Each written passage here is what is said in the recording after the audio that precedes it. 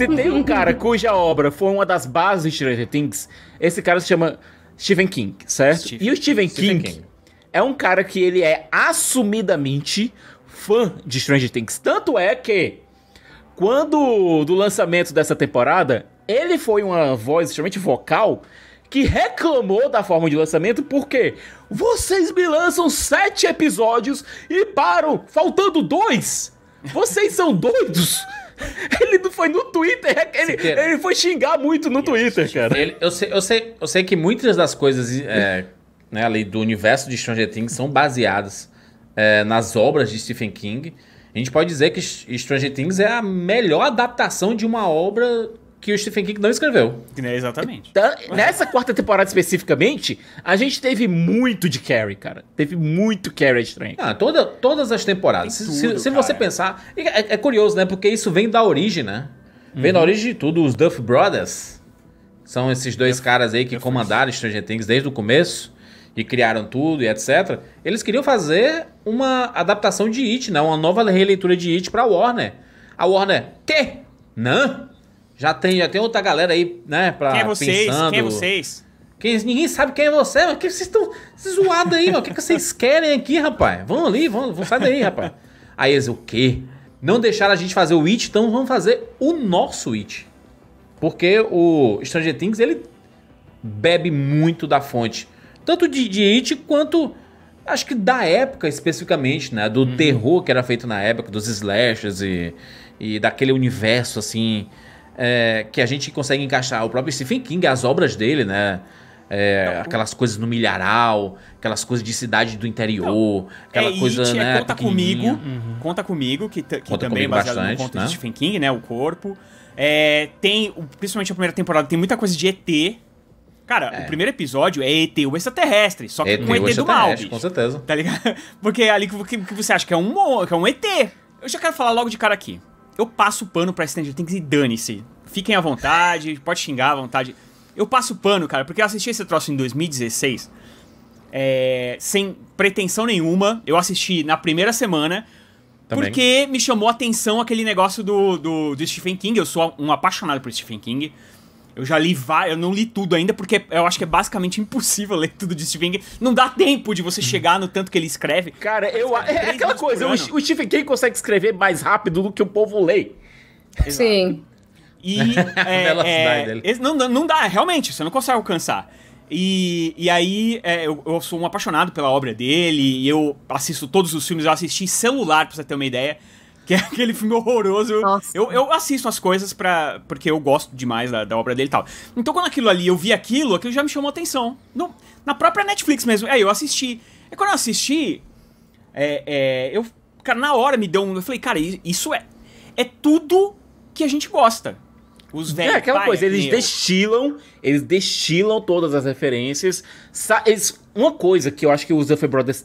Duas coisas. Primeiro, eles sabem utilizar bem referências. Eles sabem contar uma história de uma maneira bacana, mas... Eles sabem recriar também a época, né? Porque você passa ali no começo dos anos 80 e não só... É porque assim, a gente já viu muitos filmes ali se passando nos anos 80, mas feitos hoje em dia não fica tão legal. E eles conseguiram recriar os anos 80 em Stranger Things. De vez em quando eles precisam de ajuda. Não tem problema. Tipo, a Winona Ryder disse que de vez em quando ela pega os scripts, olha, essa música aqui não tinha saído, ou isso aqui não tinha rolado. Sim. Então, ela dá uma ajustada. A gente não tá falando que são os showrunners perfeitos, certo? Eles erraram nessa temporada aqui quando eles literalmente esqueceram do aniversário que eles tinham colocado pro Will. Eles esqueceram do aniversário do personagem. O Will consegue ser esquecido do rolê até nisso. Mas eles sabem contar histórias, eles sabem manter o público interessado, eles sabem colocar os cliffhangers. E outra coisa, eles sabem escolher elenco. Toda temporada tem um personagem novo que chega e rouba a atenção. Toda temporada... É impressionante. Toda temporada eles escolhem o elenco de uma forma... É tão perfeito isso que às vezes joga contra eles. Por exemplo, o Ed. Eu acho que eles não tinham a mínima ideia de que o Ed ia se tornar esse fenômeno que foi. Eu tava assistindo os episódios e tal, e eu, cara, em algum momento eu ia virar pra minha esposa, assim, a gente tava assistindo alguns episódios, a gente assistiu junto e tal, e aí eu ia virar pra ela e já ia falar assim, Cara, o Ed, ele é um cara que aparece quase... Muito pouco, né? Se você for pensar bem, ele aparece muito pouco. Mas, cara, que personagem cativante. Eu ia virar pra ela e falar, cara, eu amo esse cara por nada. Só porque ele existe. Porque... É aí que tá. Eu acho que esse é o brilhante... Você falou que eles não são perfeitos. Eu acho esses caras brilhantes. Brilhantes, de verdade. Porque eles conseguem... catalisar. Emocionou. Eu até queria ver com a Fê isso, porque assim, eu sou velho, e pra mim, eles conseguem catalisar as coisas todas que eu amo, cara. Eu gosto essa molecada conversando. Eu já tenho saudade dos anos 80. Eu tenho uma saudade. É o velho nostálgico. Mas é aquela nostalgia que, assim, se eu voltasse pra trás, eu ia falar, puta que merda. Mas assim, essa nostalgia do Stranger Things, que as coisas dão certo, que os adultos não se preocupam com essa criançada, sabe, nessa cidade maluca, e as criançadas estão tudo por aí, vai de boa. Essas coisas todas, elas dão um quente no coração pra quem viveu nessa época e conheceu essas... Gente, eu me arrepio pra falar, porque eu conheci essas pessoas. Eu conheci esses moleques. Eu conheci um Hopper com esse cabelo tentando tampar a careca. Eu fui um deles, inclusive. Sabe? A Winona Ryder, cara, ela permeou a minha infância e adolescência, cara.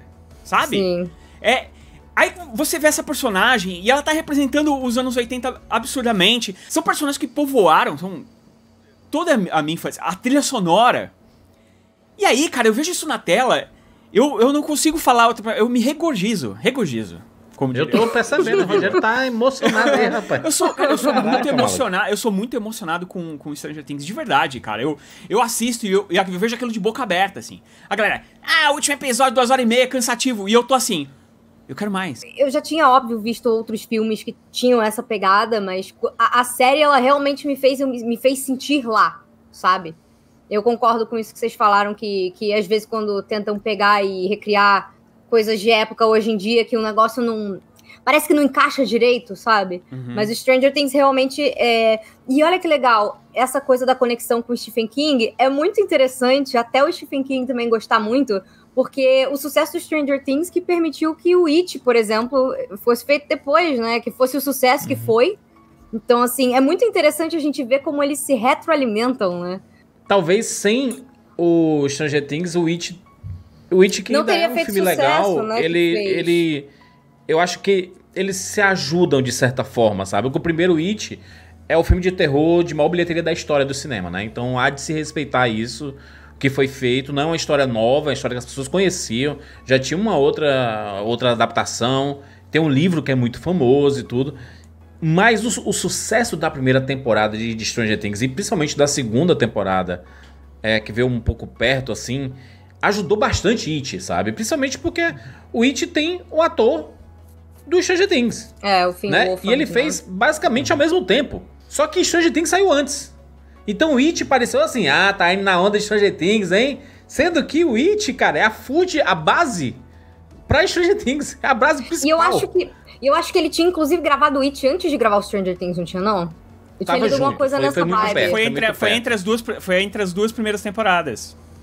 Porque eu lembro que quando saiu, eu lembro, eu falei, eles foram espertões, cataram o Stranger Things, e aí eu fui olhar e, na verdade, tinham falado que o It tinha sido filmado antes até do Stranger Things. E eu fiquei assim, eita, nossa, foi que entre a primeira e a doideira, segunda temporada. Porque a primeira temporada saiu em 2016 e o filme em 2017, né? Exatamente. Quando o filme começou a ser filmado, a primeira temporada de Stranger Things não tinha estreado ainda. Então o menino, ele já tinha filmado Stranger Things, mas não tinha estreado ainda. Então, ele não era famoso no set, ele era só um moleque no set. E aí, de repente, mas é porque ele tem uma cara saiu... de anos 80, né? Com aquele cabelinho dele então, meio... Ele tem. Meio maletezinho. Ele tem uma carinha de anos 80, gente. Mas o legal de se falar é que eu acho que o segredo do grande sucesso de Stranger Things está acontecendo no momento certo, sabe? No momento em que as pessoas queriam esse tipo de conteúdo. Lembrar que a década de 10 ali, né? Que vai de 2010 até 20... Acho que foi a década que a gente mais respirou nostalgia, né? Que muitas franquias voltaram. A gente teve Star Wars retornando para os cinemas. A gente teve Mad Max. A gente teve Jurassic Park. A gente teve Rock. O Rock. O com Creed, né? Especificamente, né? Porque o Rock já tinha voltado a década anterior. A gente tava tendo também. Alien com um novo respiro na franquia. Então tinha muitas coisas acontecendo que começaram a efervescer essa última década com a nostalgia, né? A gente teve Guardiões da Galáxia, que assim, um dos grandes méritos do sucesso de Guardiões da Galáxia é a trilha sonora maravilhosa que o James Gunn colocou e a trilha sonora nostálgica, entendeu? Que respondia com um personagem que é extremamente nostálgico, que é o Star-Lord. Então, a nostalgia, ela tava assim, ó, é uma loucura, né? Tudo era nostalgia, tudo era esse respiro. A gente tinha completado ali 30 anos dos anos 80, né? Considerando ali o começo da década. As pessoas que nasceram ali no começo dos anos 80 já estavam com seus 30 e poucos. Aí, toda vez que você tem 30 e poucos, saiba que o período que você nasceu, a época que você nasceu, vai ser homenageado. Fique ligado. Óbvio, tá? Agora vai. 30, 35 anos. A pessoa que tá ali com o maior poder de compra, com maior vontade de relembrar a sua infância. Então, Você vai ser, Fernanda, homenageado, né? Porque eles querem dizer que você vai ser homenageado. Homenageado é o seguinte, você agora tá trabalhando, você chega em casa, a vida tá um saco, você agora faz parte... Você faz parte do proletariado agora, então você precisa de alguma coisa que te volte àqueles momentos de infância e tal. E sabe o que é negócio? Sempre funciona. De 10 em 10 anos vai ter isso. A gente vai ter agora uma volta dos anos 90. Nessa nossa década agora, a gente vai ter uma volta pesada dos anos 90. A própria Netflix... própria Netflix já tá começando a fazer isso, anunciando That 90 Show, que é a continuação do That 70 Shows. Não só isso, então, né? a própria Netflix... Não só isso. É uma coisa que a gente vai falar mais à frente. O próprio Stranger Things, ele provavelmente vai ter um salto temporal de 4 ou 5 anos, ou seja, vai ser nos anos 90, pé. A gente tava falando da nostalgia, muito da nostalgia do Stranger Things, eu acho que é óbvio, né? Porque, afinal, o troço respira nostalgia. É nostalgia ali, mas aí, total, por exemplo, né, tem um filme do J.J. Abrams, que é o Super 9. Super 8. Super 8. Muito bom. Super 8. Muito bom, Caralho, muito bom. Eu pensei Super 8 e falei Super 9. É o Super 8. Só que o Super 8, assim, pra mim, ele é um filme inacreditável. Eu amo porque Ele tem a mesma vibe. Mesma vibe de Stranger Things, pra mim é pau a pau, tá? Total. Só que ele tem uma coisa que eu acho que, por exemplo, ele não falou com o público atual. Foi. Né? Tanto que ele é um filme que fez um sucesso moderado. Mas ele saiu antes. Se ele tivesse saído junto com Stranger Things, seria outro fenômeno. Não, aí seria... Não, se fosse juntou depois, ia ser outra parada totalmente, né? Sim.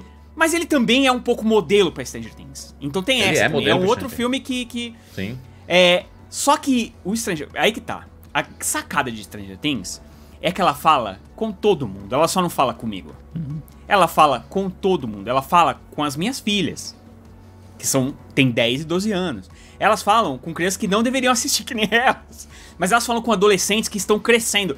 A série de 2016, a gente tá em 2022 já. Né? São 6 anos já. Teve então tem uma gente que tá galera crescendo. que cresceu aí junto, né? Exatamente, tá passando a adolescência e tá crescendo e comprando a camiseta de Stranger Things, entendeu? As E é impressionante o quanto isso marca, né? Sim, Eu cresci junto com Harry Potter, então assim, era um negócio que pra mim, quando saía, por exemplo, livro novo, eu ia correndo. Fernanda, Não as é? pessoas podem não quererem acreditar mais Harry Potter, não sei o quê, porque virou uma franquia sim, que as mas eu digo pessoas têm um olhar diferente, Não. mas, cara... Mas é um ótimo exemplo de coisas que dava pra você... Na minha época, pelo menos, a gente Claro, ia pra mim... Sim. Até porque os personagens, assim como em Stranger Things, os personagens estão crescendo junto do público. É o maior A gente exemplo, tá- pra mim, Exatamente. em E cultura eles já pop, tinham é o começado maior a exemplo de franquia todos. filme também, né? Então, assim, você não só exato. tinha os livros, mas você tinha galera também que ia só pelos filmes. E aí Não chegou só. uma hora que era tudo grande, então eles às vezes pulavam mais de um ano, era cada 2 anos e tal. Então até a galera que era um pouco mais novinha, de certa forma, Sim. alcançou ali. Então você cria meio que um Não só o carinho Harry por Potter aqueles cresceu no personagens. livro, como Mas ele no cresceu filme no também. filme. Né? Então é uma coisa que, tipo assim, eu acho que pega muito a galera mais nova. Assim, eu digo pela minha experiência crescendo com Harry Potter. Imagino que pra galera de hoje em dia crescendo com Stranger Things seja mais ou menos essa ideia também. É como se eles fossem seus amigos queridos, sabe? Exato. Eles são seus amigos queridos, eles passam pela mesma coisa que você passou, eles estão lidando com o mesmo tipo de frustração e eles estão vivendo umas aventuras muito loucas no processo, né? Isso é a grande sacada deles. Eles falam, é um negócio dos anos 80, com um pacote dos anos 80, com um embrulho dos anos 80. Sim. Mas, cara, o que aqueles personagens estão vivendo, tem as maluquices de Stephen King, né, que são as aventuras em si, porém, eles são adolescentes, cara. E eles estão vivendo as agruras da adolescência. Na verdade, Então, se você pensar, na primeira temporada... Eles eram são crianças ainda. Então você vê criança, então, nem adolescente eles são pré-adolescente, ainda. agora eles são adolescentes e estão começando a chegar ali no ensino médio, né? Então, assim, quando toda uma geração. Quando a Eleven Cara, chega, eles são meio pré-adolescentes, né? Tanto que o menino até falava que quando tive a primeira vez já tava apaixonado. E porque eles já estão naquela fase das meninas de não ser tão... a rivalidade diminuiu um pouco, né? Então, tipo, já olhou e tal. Então, a grande sacada dos Duffer Brothers é a construção de personagens. Porque a gente se importa com esses personagens. O tempo todo, em todas as temporadas, a gente tá sempre se importando, não importa. Tem, às vezes, algum fica mais de lado, né? O Will, por exemplo, normalmente fica muito de lado. Não, o Will com ele. O Will esquecido no rolê Bias. Você já pode colocar isso no nome dele. Mas peraí. Ele é abandonado no churrasco, assim, Vamos ser justos, né? Primeira temporada, abandonado. ele foi sequestrado, né? Ele simplesmente ele é o sumiu. mote. Ele é o mote da parada. Ele é a motivação da aventura desses amigos, entendeu? Assim, ter um dos seus colegas sumindo e aí a galera indo atrás, né? Então a primeira temporada ela fez bastante sucesso, porque lembra bastante o próprio It, né? Se você pensar, o garotinho sumido no começo, você quer um balão, né? E aí o garotinho sumindo e tudo, e a galera indo atrás, querendo saber o que aconteceu, o que era que tinha de estranho ali. Você acabou de assistir um pedaço do Rapadura Cast, você nunca ouviu o Rapadura Cast? Quer ouvir mais sobre o que você acabou de assistir? Tem aqui link na descrição para você ouvir o podcast completo, podcast em áudio, aquela coisa maravilhosa. Aqui é um pedaço em vídeo, mas o nosso podcast, o Rapadura Cast, é em áudio. Tá o link na descrição. Escuta lá, que tá bacana demais.